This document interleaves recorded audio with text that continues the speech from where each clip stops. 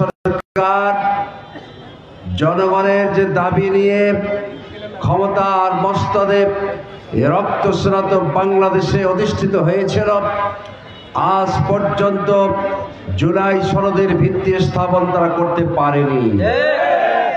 কারা আটকে রেখেছে আমরা আজকে জানতে চাই, বাংলাদেশের মানুষ জানতে চায়। বেশিরভাগ দলগুলো পিআর পদ্ধতিতে ইলেকশনের মাধ্যমে দেশে গণতান্ত্রিক সুষ্ঠু ধারা ফিরিয়ে আনতে চায়, কিন্তু যারা শর্তান্বেষী মহল তারাই এই পিআর পদ্ধতির বিরোধিতা করছে।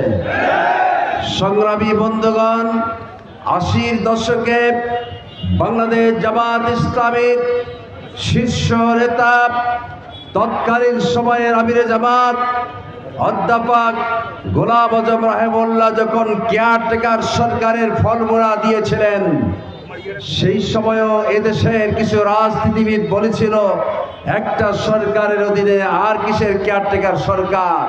শেষ পর্যন্ত কেয়ারটেকার সরকারের বিল বাংলাদেশে পাশ করতে হয়েছে। অনুরূপভাবে এই পিআর পদ্ধতির ফর্মুলা বাংলাদেশ জামাত ইসলামী যে পেশ করেছে, আপাতত আমাদের দেশে কিছু রাজনৈতিক দলের নেতৃবৃন্দ না বুঝলেও ঠিকই এক সময় তারা এই পিআর পদ্ধতি মেনে নেবে। সংগ্রামী বন্ধুগণ, বাংলাদেশ জামাত ইসলামীর পক্ষ থেকে যে ৫ দফা দাবি পেশ করা হয়েছে, আপনারা সবাইকে একমত? প্রথমত হলো জুলাই জাতীয় সনদের ভিত্তিতে আগামী ফেব্রুয়ারি নির্বাচন অনুষ্ঠান করতে হবে।